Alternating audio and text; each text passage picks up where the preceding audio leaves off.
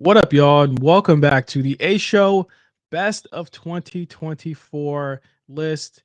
If you're watching us, thank you for watching us on YouTube. If you're listening, thank you for listening to us. Our outfits will change throughout this whole thing because, It as you will. know, our backgrounds may change, everything may change. But thank you for sticking with us. My name is Justin, and I'm here with Meelz. Meelz, what's up, man? Ready? We are ready, man. Listen, it's the end of 2024. Thank God. Ah, man, what a year. But you know what? Not a bad I year think for I feel wrestling. like we say that. I'll be honest, it's not as crazy as it was last Last year. year. Mhm. Um, but I think ultimately we're heading in the right direction for things. Is what I say this year is. Yes. Yeah. Like we're heading in the right direction. I think one of the just kind of give you like a preview of our list. I think one thing that's kind of encapsulates all these other things is that there are new stars, which we've been asking for God knows how long. There are big moments and storylines, which we've been asking for so long, and the business is starting to evolve and change and really catch up to kind of like everywhere we're going with it. So this has been a great year for the progression of wrestling and big moments of wrestling. What do you see from happening this year that kind of like encapsulates the year for you? I think worldwide is like the name of the game. I think AEW and WWE both made huge strides for worldwide domination. Mm-hmm. Essentially, I mean, AEW obviously doing their show at Wembley again, and WWE not having a domestic show for 3 or 4 months over this year. Like we was watching wrestling at 10 a.m.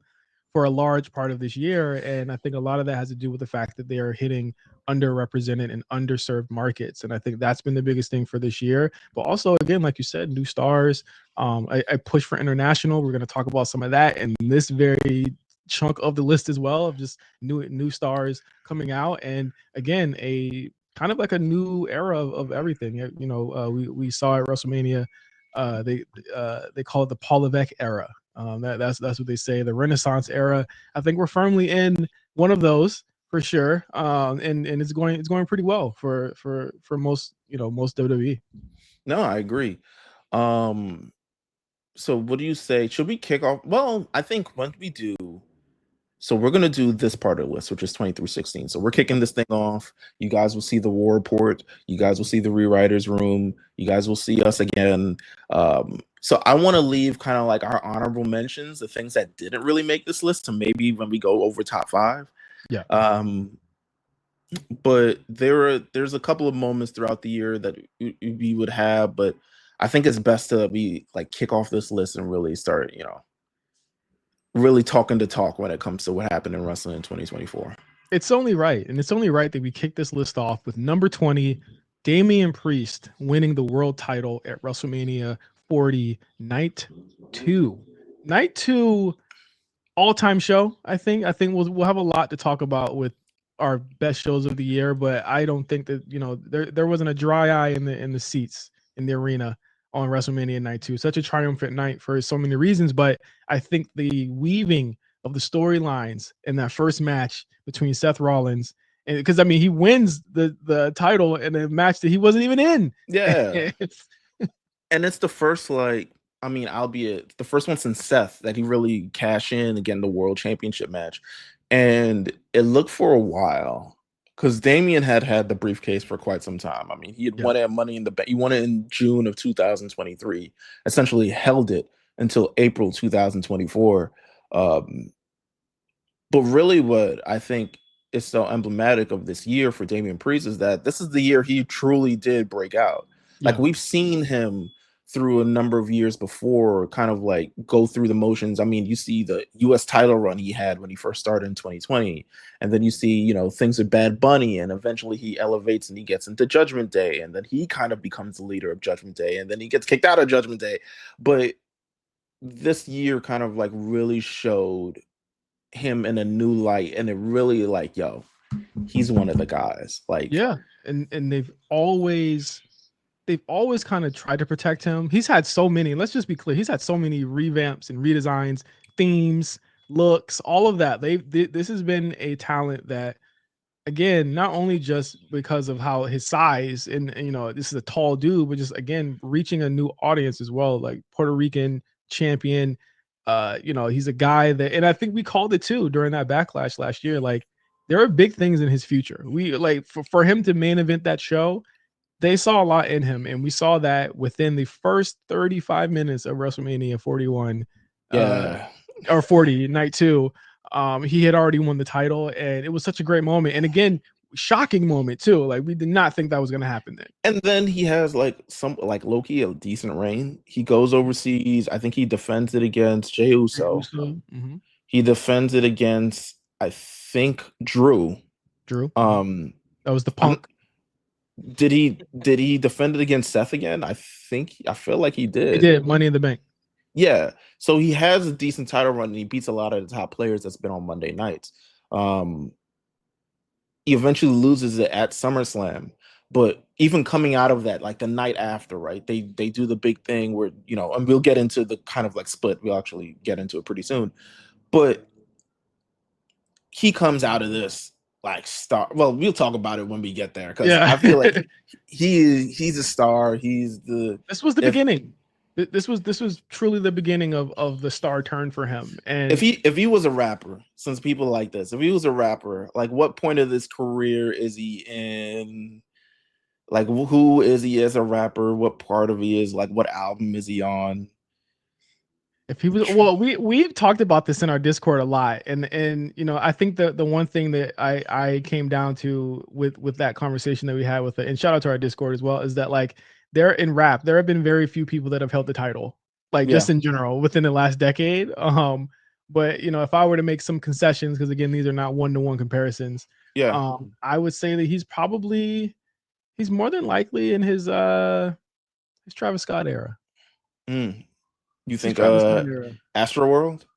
Astroworld, yeah. This is Travis Scott era. And we're not speaking to skill. I'm talking about just the push. Like, he is pushed by the machine. You know what I mean? Like, he is a machine guy. And that's not to say that he doesn't connect, because Travis Scott does connect with his fans, but Damian connects with his fans in a really different way. And I think that, again, we've seen it firsthand. I listen to his reactions every single week, and I'm shocked, literally, at how over he is every single week with the fans, and it's really cool to see. Listen, this is gonna be the last time we talk about him on this list. But Damian Priest, OG, a star from New York, so I gotta support him until pretty much the end of the days. So Damian Priest kicks off our list, winning the world title at WrestleMania, one of our 20th. I guess our biggest moments of the year, or biggest things of the year. Who do we got for number 19?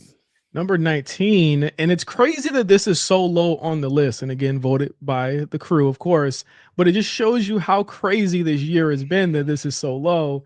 And I honestly feel like it might have been higher if it actually had launched this year. That's just my opinion. But WWE signing a multi-year deal with Netflix is our 19th entry on this list. And I say that I think that it would have been higher if it launched this year, is because we don't really know what it looks like yet, and we're just now starting to see what the branding is like. Literally in the last couple weeks.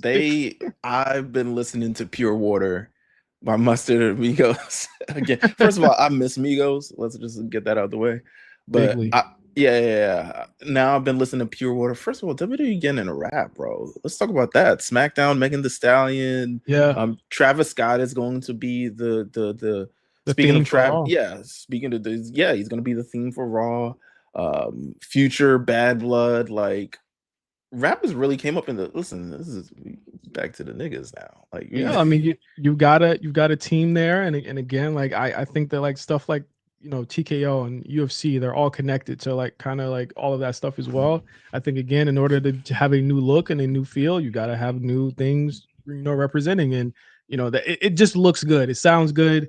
I think a lot of it is like I said before, like the Netflix deal, there's a lot of questions. Is like, what is this going to look like? How is it going to be? There's a lot of excitement around it, obviously, but just the signing of this deal in general, it changes the landscape of how we're going to be watching this shit. And I was watching Raw this week, and I was like, wow, we're not going to have it like this ever again. You know what I mean? Like, it's never going to be like this again. And a lot of the conversations, honestly, and arguments that people have about this, we're not going to have anymore, because it's going to go down to like the Netflix fake numbers. We'll never know how many people are watching this shit. Essentially, yeah. I mean, we'll kind of like track the trends of Monday Night Raw than social trends at this point. But it's not just Raw that's kind of like moving to Netflix. WWE has essentially, even up to like a couple weeks ago, seemed to have upended the WWE network just internationally overall. I mean, Yeah. whatever last vestige of the WWE network that existed before the Peacock thing is now fully gone. Yep. Because they have now transitioned their weekly shows over to Netflix. So now it makes me wonder, like, listen, Peacock deal is going to come up soon. NBC in a year, I think this is the time for them to re-up. And I'm sure Peacock is going to want them back, like, bad. Do they go? Like, do they stay? What money could they give? Because again, with Peacock, it's now a part of, as me and you know, Peacock is being kind of its own subsidiary of NBC Universal now. It's the only thing that and Bravo were the only two things to stay, and everything's getting broken up, including USA. If I'm WWE, I don't want my show being next to some shit from Sci-Fi on a stripped for parts version of the USA Network. I'm Right. gonna want it to be something real. But honestly, it seems to me NBC is changing their model, and in the next couple years, they're not gonna have wrestling on their networks anymore, and this may be like the first step of that.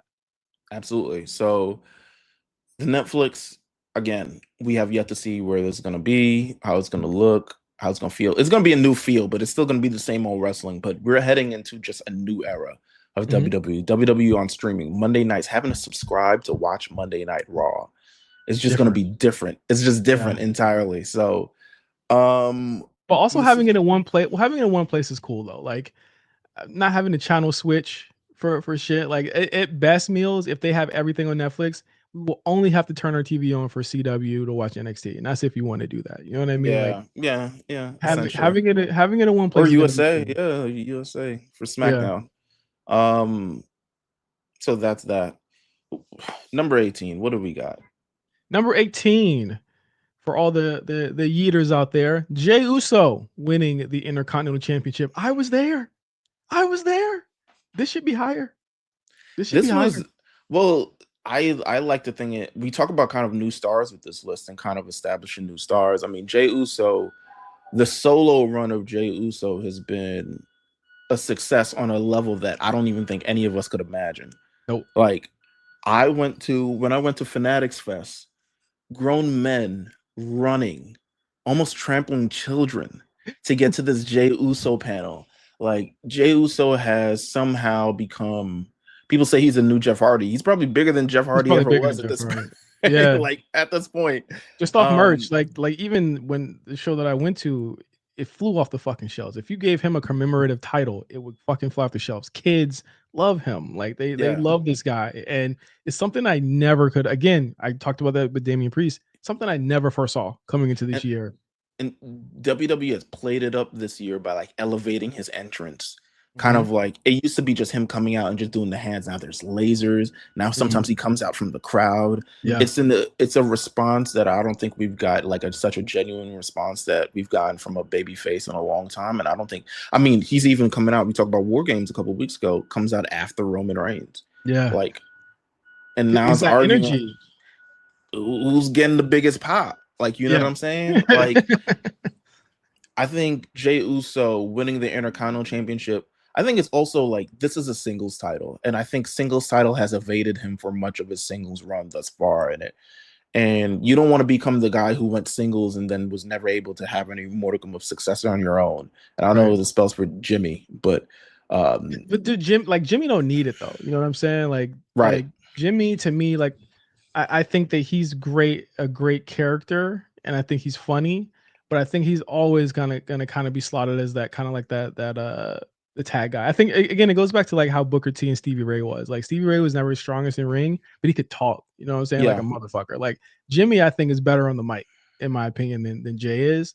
And again, this isn't to like take away from Jay's moment, like, you know, in this, but like that's the difference between those two. That's why I was so happy to see, you know, at that SummerSlam press conference a couple weeks ago that Jey said, "Hey, I'm gonna do my own thing. Jimmy's gonna do his own thing." I was like, "Yeah, it's good because you need to keep building on that and eventually, hopefully, get a world title. This is just the beginning." And even who he beat, a new star, you know what I mean, in Braun Breaker. That Braun Breaker, it was building up to this moment because you got this kid Braun Breaker, but by all accounts and really the imagination should be Intercontinental Champion and currently is, to be honest with you. Yeah. And he runs up against Jey Uso, and it's just the wave of momentum. Now there are some, I'm not sure if there was some external circumstance. I forgot if the match had a run in or anything. What the J match that he won? Where he won the title. I know when he lost the title, it was certainly some It was clean. extracurricular. It was clean. But the crowd was elated. Yeah. It was euphoric. It was amazing. And it was, to be honest with you, it was probably in front of the people who were working Netflix. Yeah, it was. It was. And again, you can't get a moment like that, and it can't be manufactured. And there's a lot of moments on this list that got that type of genuine fan reaction. But again, it can't be understated. Like, this is a stacked list, right? Like, this year is stacked. There was a lot of really cool things that happened this year. So the fact that this is this low tells you that there's some great stuff coming up. And shout out to our guys for voting this, even though I think they should be higher. I feel like, but then it's like we see the list, of course, and you guys see the list coming up in there, but it's like there's a lot of heavy hitters on this list. Like let's go to number 17, because I think this is also we got 2 stars in the making at number 17. Yeah, absolutely. Number 17, Judgment Day betrays Rhea Ripley and Damian Priest. Listen, man. Judgment Day was a fixture on Monday Night Raw. They were the guys. Yeah, they were the guys. They were the guys and the gals on this. And I think the fact that it all happened within one self-contained show. You had Rhea get dropped in the beginning of the show. You had Damian get dropped a little bit towards the end. Huge fucking moment. And again, heartbreaking. And I know people have their opinions on where this stuff has gone with Rhea. I think Damian's kind of been fairly immune to a lot of the criticism. They've been doing a pretty good job with him, but I think it can't be understated that, especially when it comes to Rhea, there had to have been a story hook for her to go there. And obviously Dom and Liv was that. That storyline continuing is, again, these wrestlers and these people dealing and handling trauma. To me, trauma seems like the biggest storyline trait in this new era of WWE writing, is people avoiding that trauma and trying to escape it and falling into the same things. Rhea has been trying to go after Liv for all these months, and they're both making each other bigger stars for that. And that has to do with, how they got, kicked out of the group. It's just the run that Judgment Day had, kind of like building up to this. It's been shaky for a large part of the year, but mostly through Finn. I think Finn has a problem that we're not discussing right now. If I just have to keep it real. And then the Liv thing showed a lot more cracks when Rhea Ripley was out for injury and Dom was fraternizing with Liv Morgan, her biggest op, and eventually leads to that kind of turn. But you really saw it's the transformation of Judgment Day. Judgment Day still exists. It's just kind of like in a new form. And to be honest with you, it's still very relevant. Yeah. World champion on it, tag team champions on it. It's only added more members. It's a different incarnation. That original Judgment Day was special, and then kind of what happens the night after. I think that's really the biggest moment. You come out, Rhea Ripley and Damian Priest kind of like taking out Judgment Day on their own to the biggest pop that's ever existed. And people had been waiting to cheer for Rhea. People have been waiting to cheer for Damian. And you give them that moment, and you give them a reason, and you give them that adversity. It's something that's missing with a lot of ways that people turn baby faces now, is that there's no adversity when they get there. And now you have it. Right. What do you think is the appeal of Rhea Ripley?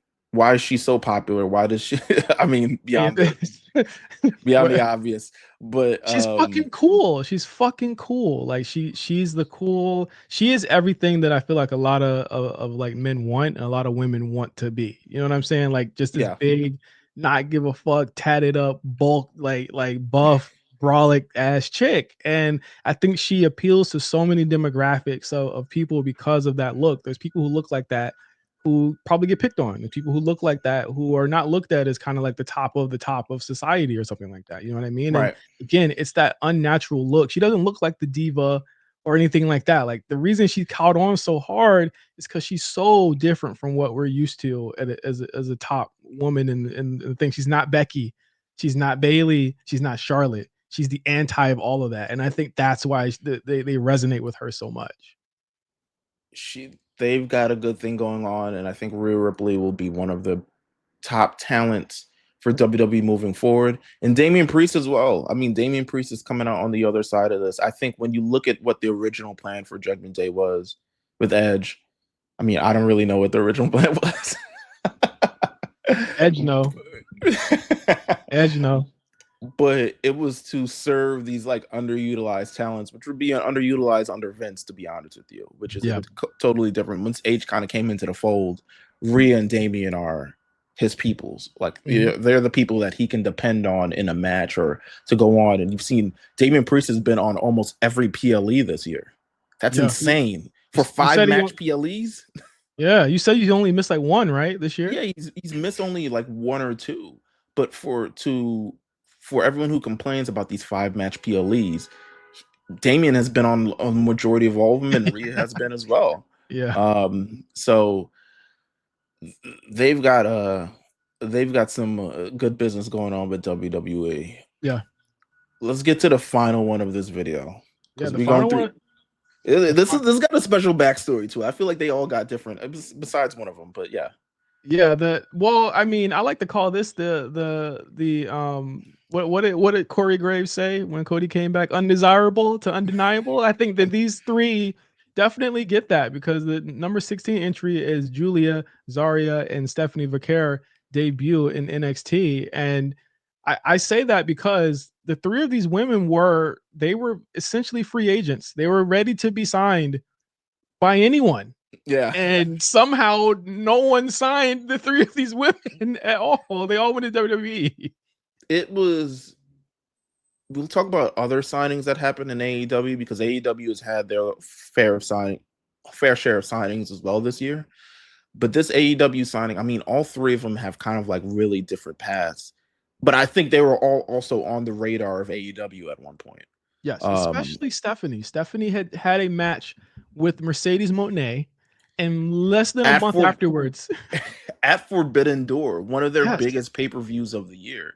It low-key has kind of enacted this like Stephanie Vaquer rule that happens at AEW now, where you can't really, if you're gonna be on a pay-per-view, you can't like sign anywhere else or something. For a couple of months or a couple of weeks or something like that. Yeah, like she's enacted her own rule, because again, and Julia is the wildest one to me. I would think that at a premium, Go ahead.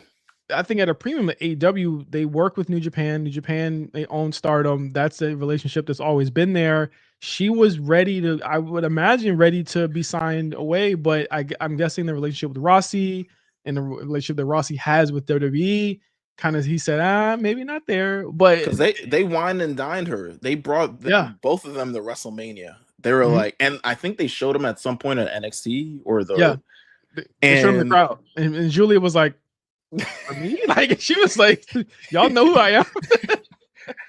But it's because there's been so much buzz around her signing, and with Julia, I mean, it started from really kind of like that a little bit before then, and then it was like, okay, she's got to finish up in Stardom, and then she's also got to, start off Marigold, which is Rossi's new company, and then eventually she heads. So over the summer, we were like, yo, when Julia shows up, this is about to be different. You know what I'm saying? Like, she's about to face Roxanne, about to take over Roxanne. And then the first NXT of the new brand on CW. She has that great match, and she doesn't win the title, but she certainly wins over fans. And now you see the wheels starting to turning, and you see the everything starting to be put together with Julia and how she'll be presented on the main roster, and it's fucking fantastic. Now, Stephanie, I think it is inarguable to me that there has never been anyone that has been ready to go as fast as Stephanie Vaquer. Like, from moment one in that ring, you're like, why is she here? Because she understands everything. Post Forbidden Door, it seems like she was called by WWE, but didn't let AEW know. Yeah. And then as soon as it was like kind of really put out there, WWE kind of made it known, which is something that they rarely ever do. They never do. Yeah. And within a matter of days, Stephanie was just like, "All right, y'all can have these titles." CML, Yeah. CML, like y'all can have these. Like, do whatever you want with them. And they had her working with main roster talent They had her in working Mexico the first day. the first day. Like she understood all of it right there. Like I think, and again, it goes to what I just said about Rhea Ripley for all three of these women. We haven't got the Zarya yet, but I think that they are the anti of what people are used to. They're not like Julia. She's the anti. She's not even anything like Asuka or Kyrie or Io. Like none of that shit. Like she is like she's her own thing. You know what I mean? And I am extremely impressed by the two of these women so far. You know what I mean? Like Stephanie, it seems like to me there should be a heel turn in her future because I think she probably works a little bit best being a bad guy. She just has the look. Yeah. I think that like she will be a better face later if she becomes a bad guy now, but she's ready to go. I feel like she's more ready to go than Julia and you know her other counterpart is right now. But absolutely great debut for those two. And then Delta, or previously known as Delta, formerly known as Delta. Yeah. The way she was introduced to NXT, I mean, these like very original vignettes where it's like it comes on the screen and they're telling the story, and it's just, I personally didn't know a lot about her, but from those I knew she was a big deal. She's gone around the world. She's faced, you know, Jordan Grace, and she's faced a lot of different other people kind of everywhere that she's gone. And yeah, she debuted on NXT, and she is currently, I mean, we're taping this before deadline just to get everybody. So we have no idea what's going to happen there. Literally days away, by the way, from deadline. But she was in that 10-woman tag at NXT in Philly for the ECW arena, and look, just she pinned Roxanne. Yeah. She's looked good. Listen, these NXT has always been supported heavily by their female talent over the last number of years. You look at Generations kicking off with the 4 horsewomen, and then kind of like going on to the what do you say the next one after that? The Ember Moon, Kairi Sane, Shayna Baszler, Asuka. Then you go on to the Io Sky and you know, Roxanne, and then Candice LeRae and all these other stuff. They've always been supported by their diverse and kind of like strong women's roster, and it's, again, they've transformed it, and it's really, really back for 2024 and beyond. I look forward to see what she's going to. I think she'll be someone who probably stays in NXT a little bit longer than the other two. But I look forward to, she's someone who I think could have the most success out of all women, out of all these 3 women in NXT for sure. Yeah, I think the way I rank it right now, Julia to me is like a wild card. Like it could go either way. I think she's definitely got fans. I think from the presentation, it feels like they want to do a lot with her. Yeah, but like Stephanie, to me, I'm putting her at like she's ready to go tomorrow. You know what I mean? If she pops up in the IC tournament, you know what I'm saying? Like I'm cool with that. You know what I'm saying? Like that's okay. I get it. But like I think that for all 3 of them to be, I mean, more than like the men, the biggest coup and that the WWE has gotten since Cody to me. I think that you have 3 women here that you can build the next 8 to 10 years around. The same way that you've done with Asuka, the same way that you've done with Rhea Ripley, the same way that you've done with all of these women that have been on that roster. They're ready to fucking go. So, I mean, they pulled it off. It's the heist of the century. And they did it in one summer. Yeah. Like they pulled it off all in one summer. I can't believe it. Absolutely. It's been great, man. This has been awesome. Great. And again, you have 3 women that when Roxanne is ready to go, which for all intents and purposes, she's ready to go. Like she needs to go to the main roster at this point. I think that we all know that that's coming up. There's no more redundancy. When she's gone, they're reeing right the fuck back up with all those women. And you still got Lola Vice, you still got Jada Parker, but you also have 3 core women who are fucking workers and can show them a new style as well. So shout out to Sean. I cannot wait to see what NXT does in 2025, and I think it's going to be pretty exciting. Absolutely. That is the first part of this list, ladies and gentlemen. Listen, we got 20 spots. Again, you'll see the War Report, you'll see Rewriters Room, and then you'll see us again to kind of like bring it all home. Want to thank you guys for tuning in. And yeah, we're gonna continue with this list, 15 through 11 coming up next. 15 through 11, and we're going to throw it over to the War Report. So Cyrus and Quan are going to talk about 15 to 11 on this list. So thank you guys for joining us on YouTube as well as listening to it. We'll see you guys soon for 5 through 1. For Meelz, I'm Justin. Peace.